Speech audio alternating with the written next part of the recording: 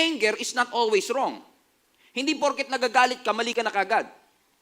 Anger could be righteous. Even God gets angry. Kahit ang Diyos nagagalit, He is angry at unrighteousness rather. Galit ang Diyos sa injustice. So hindi masamang magalit. Pero kapag yung galit ay na-mishandled, kapag ang galit ay na-misuse, kapag ang galit ay na-mismanage, doon siya nagiging kasalanan. Let me repeat. Anger is not wrong. But your response to that feeling of anger could be sinful. Hindi siya mali, pero yung response mo dun sa galit na naramdaman mo, pwede siyang maging mali at maging kasalanan. Paano nagiging bitterness ang galit? Ang galit, nagiging puot, ang anger, nagiging bitterness, kapag hindi ka nagpatawad at pinatagal mo yung galit na naramdaman mo. Because by definition, ang bitterness is prolonged anger. Pag yung galit pinahaba, hindi pinatawad, hindi na i-process, amen, galit ako sa iyo for 10 years. Yung anger na yan could be bitterness already. Because yung anger kapag pinatagal, nagiging bitterness. Let me say this to you. If you refuse to forgive, hindi ko siya papatawarin. Hindi ko tanggap ang kanyang ginawa. Niloko niya ako. Pinagsamantalaan niya ang aking nararamdaman. If you refuse to forgive, the anger will grow, the pain will grow. Titindi ang galit, titindi ang sakit. At dati, konting galit lang, pero habang tumatagal, ayaw mo siya makita dati, pero ngayon, makita mo lang yung pangalan niya sa Facebook, ayaw mo na. Marinig mo pa lang yung yabag ng kanyang paa, galit ka na. Makita mo lang yung anino niya, nagiging halimaw ka na, praise the Lord. Amen. Bakit? Usually, bitterness is a result of not forgiving someone. Kaya tayo nagiging bitter, kaya tayo nagiging ampalaya, kaya tayo nagiging mapait is because we refuse to forgive those people who have offended us. Yung resentment naging bitterness, at madalas, yung bitterness, meron kang desire na makapaghiganti. Hindi ako mapapanatag hanggat hindi ako nakakaganti. An eye for an eye, a tooth for a tooth. Niloko niya ako, lolokohin ko siya. Ginalit niya ako, gagalitin ko rin siya. Now listen to me. According to the scripture, sabi ng Biblia, bitterness is a poison. Bitterness is the poison of your life. It poisons your heart. In fact, ang bitterness is from the word venom, kamandag. Venom, kamandag ng ahas. If you have bitterness in your heart, para ka may venom. May kamandag sa iyong puso. At ang base sa aking assessment, one of the saddest and miserable people on earth are bitter people. Kapag bitter, laging malungkot, laging miserable ang kanilang buhay. Hindi lang naapektuhan ng kanilang puso, even their physical bodies are affected by bitterness. Ang sabi mismo ng science, mga kapatid, ang bitterness could be a seed, ugat ng maraming sakit sa ating katawan. It could be a seed of mental and emotional instability. Yung parang ang buhay mo parang brewed coffee. Ang pait. Kaya nga sabi ng Hebrews chapter 12 verse 15, yung text na binasa natin, look after each other so that none of you fails to receive the grace of God.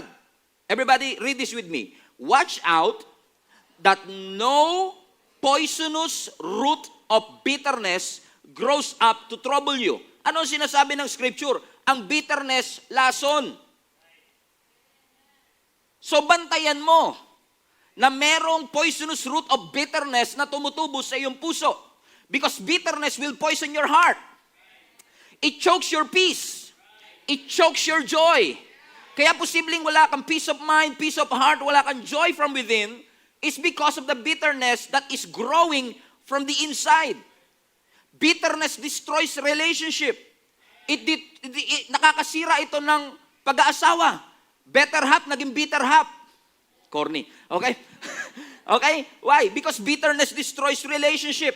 Ang sabi nila, bitterness is the cancer of the soul. Ito ay cancer ng ating kaluluwa. Ang bitterness, mga kapatid, is an emotional suicide. Delikadong attitude ang pagiging bitter. Sabi nyo nga po sa katabi nyo, delikadong attitude ang pagiging bitter. Hindi maganda na lagi tayong matampuhin. Walang umi-amen ah. Hindi okay na lagi tayong matampuhin. Let me repeat again. Hindi tama na lagi tayong matampuhin kasi ang tampo pwedeng lumumpo sa iyong pagtawag. Kaya hindi ka maging epektibo at hindi mo malakaran ang purpose ng Panginoon because you allow the tampo to grow, naging galit, you allow it, naging resentment, you allow it to grow, naging bitterness. Now, yung nagsimula sa tampo, ngayon lason na sa iyong puso. Kung nasan siya, wala ka doon. 20 square meter lang yung bahay nyo. Pero kung nasan siya, wala ka doon. Pag nasa ref siya, wala ka doon. Naalala ko kami ni Jenny, pag may tampuhan kami, pag nandun siya sa may kusina, wala ako doon. Nasa sala ako. Amen? Bakit? Kasi yun ang ginagawa sa atin ng galit, di ba? Ayaw mong makasalubong yung taong may sama ka ng loob. O yung mga may utang lang kayo, yung ayaw nyo makasalubong, okay? Kasama na rin yun, okay? Pag may utang ka, ayaw mo talaga makasalubong yun. Amen? Right? Okay? Kung nasan siya, wala ka doon. Pag may birthday party, invited ba ako? Oo, invited ba siya? Kasi kapag invited siya, kahit pwede ka, hindi ka magiging pwede. It destroys relationship. It poisons your heart. It is eating away the vitality of your spiritual life.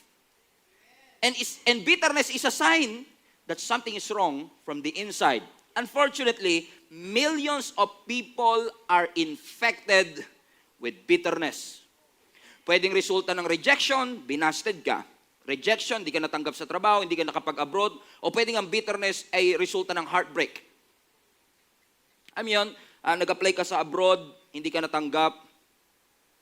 Tapos ngayon, pag may nag-a-apply, huwag ka na mag-apply. Alam mo, kaya mo naman kitain dito sa Pilipinas. Yan yung mga kinikita mo dun sa abroad.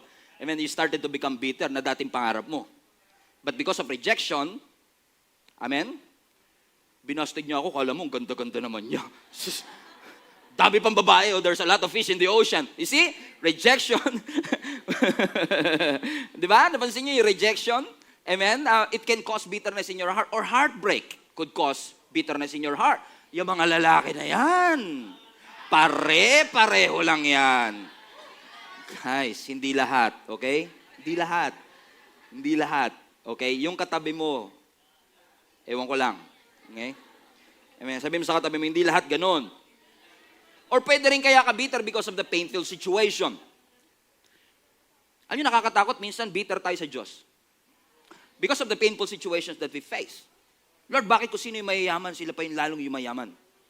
Lagi ako naglilingkod, lagi ako nagsisimba. You are not fair. You are not just. Why? Because that painful situation is now leading you to have a bitter heart. Katulad ni Job. Alam niyo ba si Job? Even Job, because of what he went through, had the bitterness of his soul. Job 7:11. Basahin natin yung 7:11. Gusto niyo yung trabaho sa 7-Eleven? Job 7:11. Okay, corny na naman. Okay, Job 7:11. Ang sabi ng scripture, therefore, I will not keep silent. Sabi ni Job, I will speak out in the anguish of my spirit. Everybody read. I will complain in the bitterness of my soul. Si Job mismo nagsabi nito, ha? Ang sinasabi ni Job, I will complain to the Lord through the bitterness of my soul. Dahil yung soul ko is so bitter, out of the abundance of my heart, the mouth will speak. Sinasabi mo yung laman ng iyong puso. Now, hindi ko masisisi si Job. Grabe naman kasi talaga nangyari sa kanya. 10 anak niya namatay, sabay-sabay. Yung lahat ng kanyang wealth na ubos, sabay-sabay. Now, you have to understand, si Job ang wealthiest man in the region. Number 1 sa Forbes magazine. And yet, all of a sudden, in one day, every property gone. In 1 week, namatay yung kanyang anak, nawalan siya ng ari-arian, nagkaroon pa siya ng incurable disease, cancer at that time, leper, ketong, skin disease. Kung ako tatanungin mo, parang justified naman. Kahit naman siguro ako, mawalan ako ng 10 anak, mawalan ako ng ari-arian, magkaroon pa ako ng, hindi lang sakit, kundi sakit na walang makapagpagaling. So death penalty na to. Pwede ko na itong ikamatay, death sentence na ito. Pwede mo talagang tanungin na, Lord, why? And if you know your Bible, ang sabi ng Job chapter 1 verse 1, si Job is a righteous man. Kung sino pa yung righteous, yung pa yung dumaan sa pagsubok. Alam mo yung, sabi ng Bible, ipag-pray mo ang kaaway mo. Pinag-pray mo naman. pero mapahamak. Lord, pinagpipray ko mapahamak siya. Matalisod, masagasaan, mabagok ang ulo, yung mga ganyan, Lord. Savage, di ba? Pinagpray mo naman. Pero, di ba, parang tingin kasi natin, yung mga masasamang tao, deserve nila yung masasamang bagay. Pero pag tinignan natin ang realidad ng buhay, minsan kung sino pa yung mababait, kung sino pa yung mahilig mang istorbo, alam mo yung nagbibidyo kayo hanggang 3:00, sila pa yung wala sa tono. Pasin nyo yun? Buti sana kung mala Sherin Reyes o mga Morissette, yung mga boses eh. Di ba? Yung sila lang nag-i-enjoy sa kanta nila. But anyway, what I'm trying to say is this, kung si Job lang ang tatanungin mo, meron siyang, kung ako tatanungin mo, meron si Job every right to get angry. Possibly get angry with God kasi even yung kanyang asawa that is supposed to help him, discourage him. Ang sabi ng kanyang asawa, sumpahin mo na yung Diyos mo. What kind of support system is that? Even your friends, pinuntahan nga siya ng kanyang mga kaibigan para naman isisi sa kanya ang lahat. Kasalanan mo kasi yan. Baka may mga kasalanan ka hindi pinagsisisihan. Baka may pagkakamali ka sa Diyos. May kaibigan kayong ganyan? Marami. Maraming ganyan. Okay? Imagine niyo yung senaryo ni Job. Kaya siguro maintindihan ko kung may bitterness talaga siya sa kanyang puso. Kasi even yung mga taong nakapaligid sa kanya is not supporting him. And I've realized lang, let me just say this to you, one of the greatest threat in your peace is people. Pansinin nyo, isa sa mga greatest threat sa peace natin, yung mga taong nakapaligid sa atin. Because people are going to hurt you. People are going to offend you. People are going to disappoint you as long as you live. Hindi ka lang mau-offend ng mga tao kung patay ka na. Pero hanggat buhay ka pa, the potential to get hurt is real. Everybody shout, hurt is real. Put that in the chat. Hurt is real because words will be spoken to you. Actions will be taken that will hurt your feelings. As long as involved ang tao, involved ang friction. As long as involved ang tao, involved ang misunderstanding, involved ang sakit, involved ang tension, involved ang galit. Nandyan na talaga siya. Hurt is real. So we are not going to discuss today the obvious. What God wants to do for us today is for us to pinpoint nasan ang ugat ng lahat ng galit na meron tayo. Kung bakit 6:30 pa lang ng madaling araw, mainit na kagad ang ulo niya. May kilala ba kayong ganon? Amen? Because if you don't deal with the root, your soul will deteriorate. Kahit magbago ka pa, kahit i-replace mo pa, you cannot change it unless you deal with the root. Tanggalin mo mismo sa pinaka-ugat. Amen. Nangyari na po ba sa inyo to na meron kayong family member na galit sa inyo, wala naman kayong ginawa? Kasi nga wala kang ginawa eh. Hindi, joke lang. Alam mo yon? Alam mong hindi ikaw yung source ng kanyang galit, pero ikaw lang yun napagbuntunan sa Tagalog. Napagbuntunan nung kanyang galit. So ang tanong mo kagad, ba't ka ba galit? Because we want to address what is the root. Para ako lang yung nagigilty rito, ako lang yata yung nagagalit and everything. And unfortunately, in our day and age, maraming mga motivational speaker will teach you how to control your anger. Kasi ngayon, imbis na theology, ideology na lang. Ito yung gawin mo, ito yung gawin mo, ito yung nakasana, ito yung gawin mo, 7 steps to control your anger without even referencing the Word of God. Ang solution for bitterness is not ideology, theology. It should be theology. Naalala ko si Naomi. Okay? Si Naomi, mga kapatid, ay mother-in-law ni Ruth. Nakaranas sila ng severe famine sa kanilang lugar sa Bethlehem. At dahil nakaranas sila ng severe famine, na-force sila ngayon na pumunta ng Moab. By the way, kung di nyo alam ang Moab is a territory of the enemy. Kasi minsan pag gutom ka na, kahit sa kaaway mo, kakain ka. Okay? Kasi nandun lang yung source of food. So pumunta sila sa Moab, a mistake by the way, para kumuha ng food. Habang nasa Moab sila, ang sabi ng scripture, yung asawa ni Naomi na sa Elimelech namatay. Nabiyuda siya. Plus, listen to me, hindi lang siya namatayan ng asawa, yung kanyang 2 anak, isa doon asawa ni Ruth, yung kanyang 2 anak namatay din. So lahat ng lalaki sa buhay niya namatay. Lahat ng source of provision and protection namatay. And she's angry. at the Lord. Kasi lahat ng sources of protection and provision, kasi pag widow ka at that time, parang death sentence na rin. Walang tutulong sa iyo. You cannot work. So wala kang sariling kabuhayan unless may magpakain sa iyo. So wala siyang source of food, wala siyang source of provision, nagalit siya. And then, sabi niya kay Ruth, tsaka yung isa pang asawa ng kanyang anak, iwanan niyo na lang ako. Balik na kayo sa mga nanay ninyo kasi hindi ko na kayo kayang buhayin. Pag hindi kayo nakapag-asawa, mas magiging miserable pa buhay niyo compare sa akin. So yung isang asawa, umuwi, pero si Ruth, sabi niya, hindi kita iiwan. Sabi niya kay Naomi, your people will be my people. Amen? Sasama ako sa iyo, kahit anong mangyari sa iyo. So sinamahan siya ni Ruth. Kaya si Ruth at si Naomi, dikit yan. Close yan sila. Okay, sinamahan siya ni Ruth. Ngayon, ang sabi ni Naomi, okay, gawin natin, balik tayo sa ating hometown. So galing sila ng Moab, namatayan siya ng asawa at 2 anak sa lugar na yon. Gusto na nilang bumalik ngayon sa Bethlehem. Now, this is where it gets interesting. Pagbalik nila ng Bethlehem, nasalubong siya ng mga dati niyang kapitbahay. Ang sabi sa kanya, Naomi, ikaw ba yan? Tignan niyo yung response ni Naomi. When they arrived in Bethlehem, the whole town was stirred because of them. And the woman exclaimed, can this be Naomi? Verse 20, don't call me Naomi. Call me Mara. Now, Mara means bitter. Kaya Mara Clara. Oh, may pinalaya. Praise the Lord. Yung iba sa inyo, yun lang ang kailangan. Pwede na. 10 years of wisdom. Amen. Sabi niya, call me Mara because, tingnan niyo to, kanino niya sinisi? Because the Almighty has made my life very bitter. Watch this, verse 21. I went away full, but the Lord has brought me back empty. Not true, by the way. Why call me Naomi? The Lord has afflicted me. The Almighty has brought misfortune upon me. Now listen, namatayan siya ng 2 anak, nawalan siya ng asawa, bumalik siya ngayon sa Bethlehem. Ang sabi ng mga kanyang kababayan, uy, si Naomi bumalik, ikaw ba yan? Sabi niya, huwag niyo akong tawagin Naomi. Tawagin niyo akong bitter. Because Naomi means sweet and pleasant. Okay? Sabi niya, huwag niyo akong tawaging sweet. Hindi tayo close. Huwag niyo akong tawaging pleasant because what happened to me is not pleasant. Call me bitter. Now, it's interesting to me that sometimes we want to be identified with our circumstances. You fail, but you are not a failure. Ang sabi ng mga kapitbahay niya, ikaw na ba yan?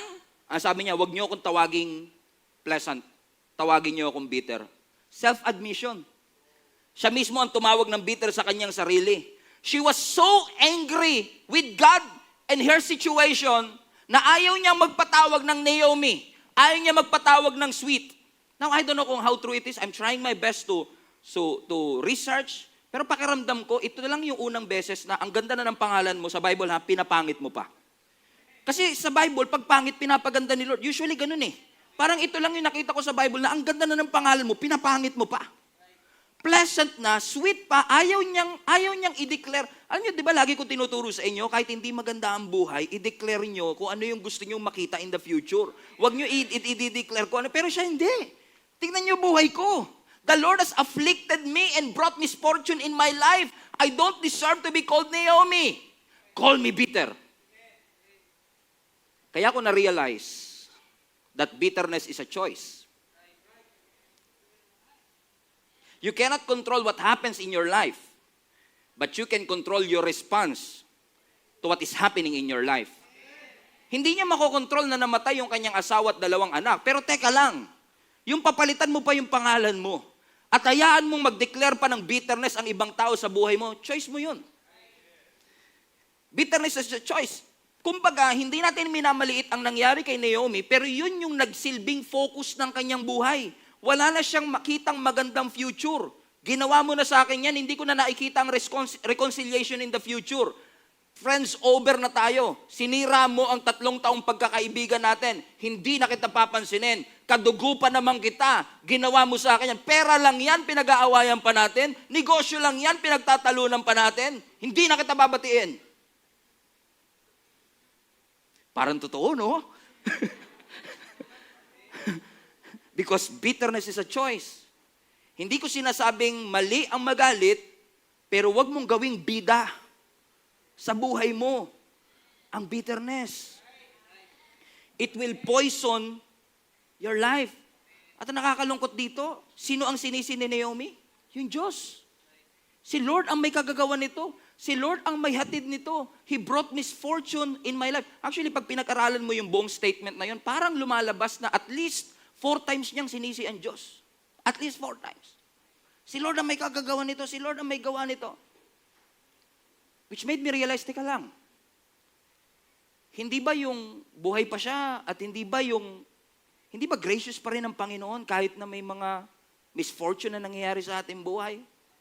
Na posible na kaya tayo nagiging bitter, hindi lahat, pero posible po kaya tayo nagiging bitter is because we lose sight of the grace of God in our life.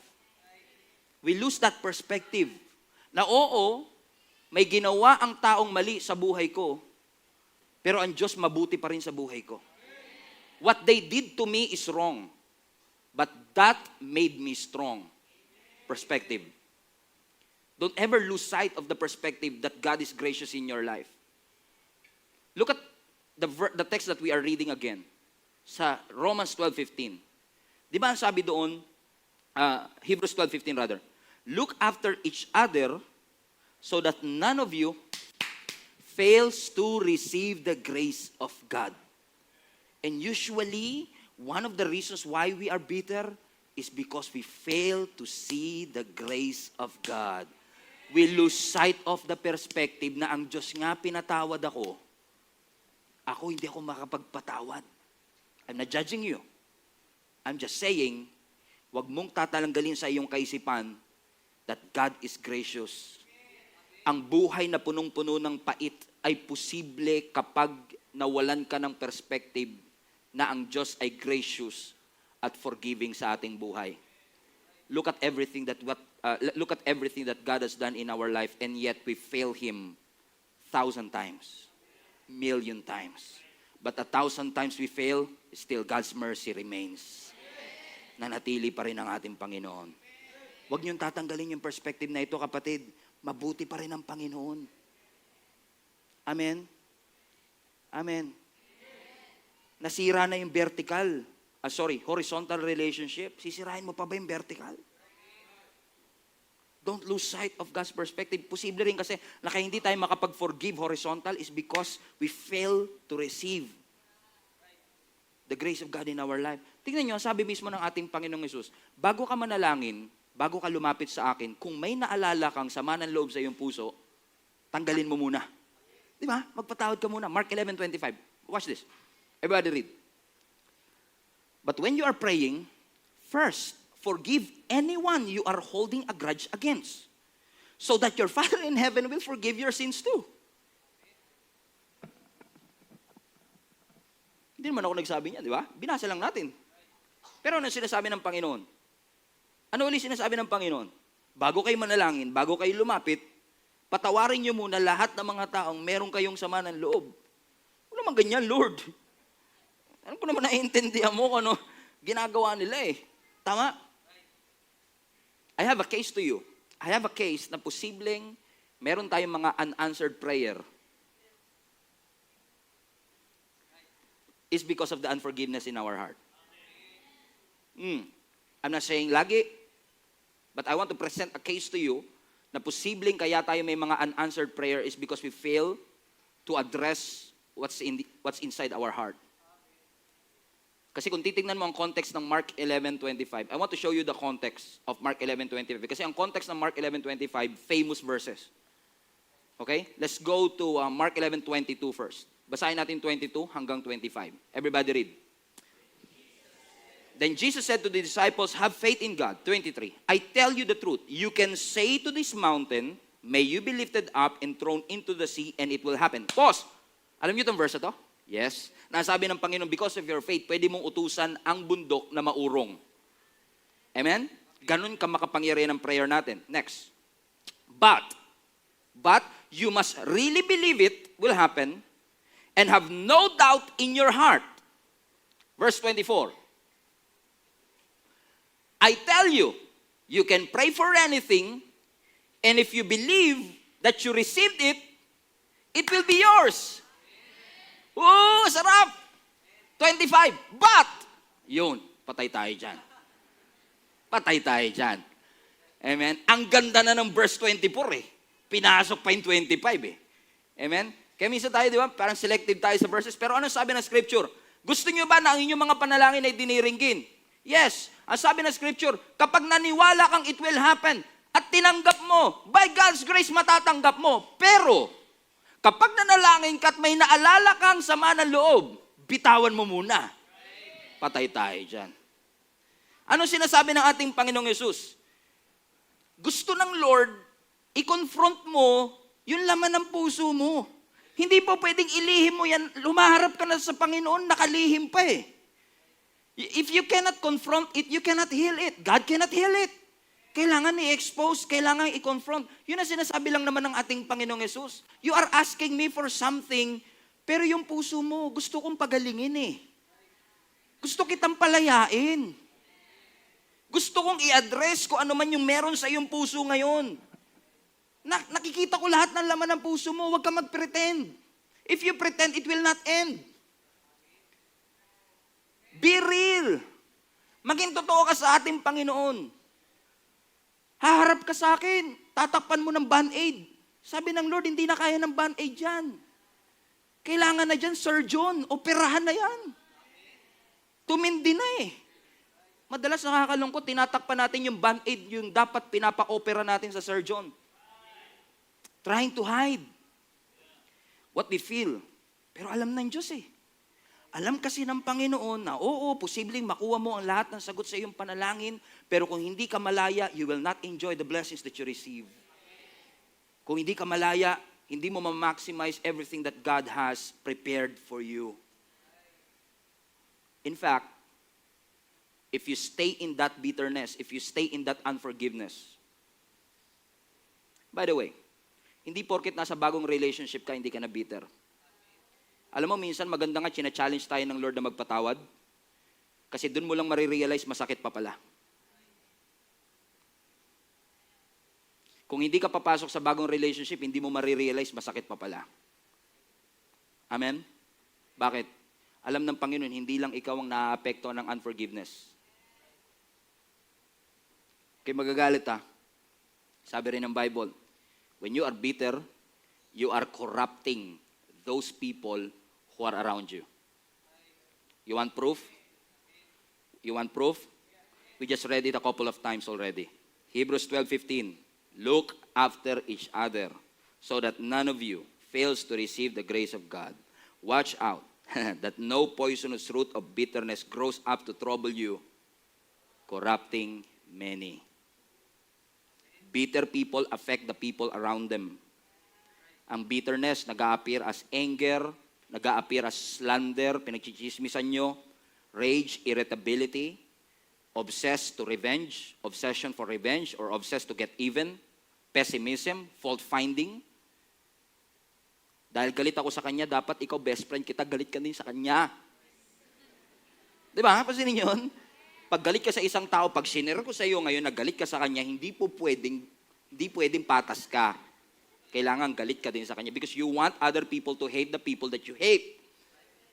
Napansin niyo ba yan sa bitterness? At pansinin niyo yung mga taong bitter, kahit anong kwentuhan niyo, kahit ang kwentuhan niyo tungkol sa solar system, mapupunta siya dun sa galit niya. Correct? Napansin niyo, ang galing niya mag-transition. Nagtaka, paano tayo napunta dito? Kanina, solar system pinag-uusapan natin. Kasi pangalan niya Mars. Si Mars pinautang mo. Okay. Nakuha mo pa yon? Galing mo. Because you are so hurt. You are so angry. Galit na galit ka talaga. Kaya na-realize ko, mga kapatid, listen to me. Ang bitter, bawal mag-Twitter. Kasi kapag ang bitter nag-Twitter, delikado. Pansin ko lang. Alam niyo, lalo ngayon, mga kapatid, hindi ko nag-iimbento ha. Ang Twitter ngayon is tagged right now as a platform of hate and rage. Unfortunately. Kaya yung mga bitter, huwag niyong paghahawakin ng social media.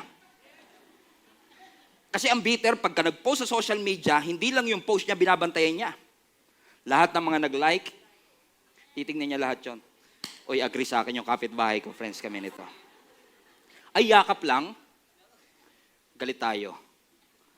Ay, pinusuan, best friend kita. Because You want the people that you hate will hate others as well. Let me just rephrase again. Buti na lang, sabi ng Lord, magpatawad tayo. Kasi minsan, pag hindi ka challenge ng Lord to forgive, hindi mo marirealize, masakit pa pala. Dinaan mo kasi sa pagiging defensive. Kasi ayaw mo i-address. Kaya dapat hindi tayo na masyadong defensive kasi pine-prevent natin yung sarili nating paggaling. God wants to address that. And I believe you are not here by accident. Gusto ng Lord talaga na pagalingin tayo. Pastor, you don't know what you're talking about. You don't know what they did to me. Grabe ang ginawa nila sa akin. I have every right to get angry. Okay, I will give that to you. Hindi ko sinasabing mali yung galit na nararamdaman mo. Mali yung kanilang ginawa. It's just right to feel the pain. It's okay, naramdaman mo talaga yan. May mga tao talagang abusive sa mundo. May mga tao talagang walang sensitivity sa nararamdaman ng ibang tao. Mga unrepentant, inhuman, savage. Mga taong backstabber, insensitive, mapagsamantala. May mga tao talagang kailangan mo layuan. At may mga grupo talaga ng taong kailangan mong layuan. But I pray that today, the Holy Spirit will make you realize that your calling is bigger than your pain. I pray that the Holy Spirit will make you realize that your destiny is bigger than your pain. Huwag kang magpakulong dun sa galit na iyong nararamdaman. Forgive for your own sake. Huwag na lang para sa kanila. Para na lang sa'yo. Para ikaw ay lumaya. In fact, ang si Lord nga matindi. Sabi nga ng Lord sa atin through Apostle Paul, di ba? Huwag ka lang basta magpatawad. Bago pa sila magkasala, meron ka ng may allowances ka na. Di ba? Sabi ni Apostle Paul sa Colossians 3:12, make allowance for each other's fault. Kasi bawat tao magkakamali. Bawat tao, they will fail you. They will let you down. Amen? Basahin natin Colossians 3, make allowance for each other's faults and forgive anyone who offends you.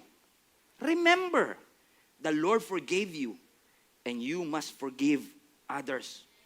Ano ba ibig sabihin ng make allowance dito in the Greek? Make allowance, kasi tayo, when we forgive, nagpo-forgive ka kapag may ginawa na.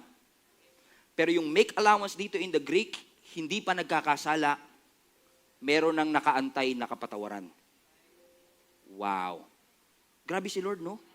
Make allowance, forgive, so that you will not be consumed with bitterness. Naalala ko si Cain and Abel, si Cain at si Abel. Si Cain was so consumed with his anger. Pakiramdam kasi ni Cain may favoritism ang Diyos. Pakiramdam kasi natin, hindi tayo mahal ng ibang tao. Pakiramdam natin, wala silang malasakit sa atin. Pakiramdam natin ganito. Hindi ko sinasabing hindi totoo, pero minsan sa totoo lang, parang hindi tayo magkaroon ng kapayapaan sa ating buhay because I need answers. I need explanation. I deserve an explanation. Parang Papa P yun. I don't understand, Lord, yung mga nangyayari sa aking buhay. Bakit ako niloko ng asawa ko? Bakit ako binitray ng mga kaibigan ko? Ako yung hindi nagsisigarilyo, ako pa yung may lung cancer? 15 years na ako sa kumpanya, ako pa yung tinanggal? Yung katabi ko, nagpe-Facebook lang? Na-promote pa? Anong nangyayari dito? Yung upuan ko, monoblock, yung sa kanya, office chair. Hindi ko matanggap ito. Hindi ko ito maunawaan. And sometimes we are having these challenges to forgive because we are trying to find answers to the Lord. Lord, why?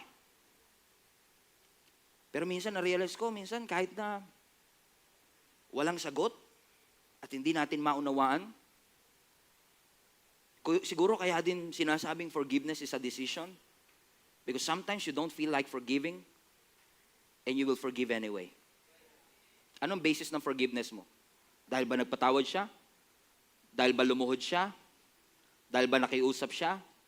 O ang basis ng pagpapatawad mo, kasi ang Diyos pinatawad ako. So dahil pinatawad ako ng Diyos, kahit hindi ka lumuhod, kahit hindi ka mag-sorry, kahit hindi ka mag-apologize, it's okay. It's okay. Ang bitterness, ang inahabol niyan, retaliation. Gaganti ako. Pero ang forgiveness, ang inahabol niya, reconciliation. So learn to forgive. Decide to forgive. Naalala niyo si Joseph? By his own brothers, sarili niyang kapatid, pinagtangkaan siyang patayin.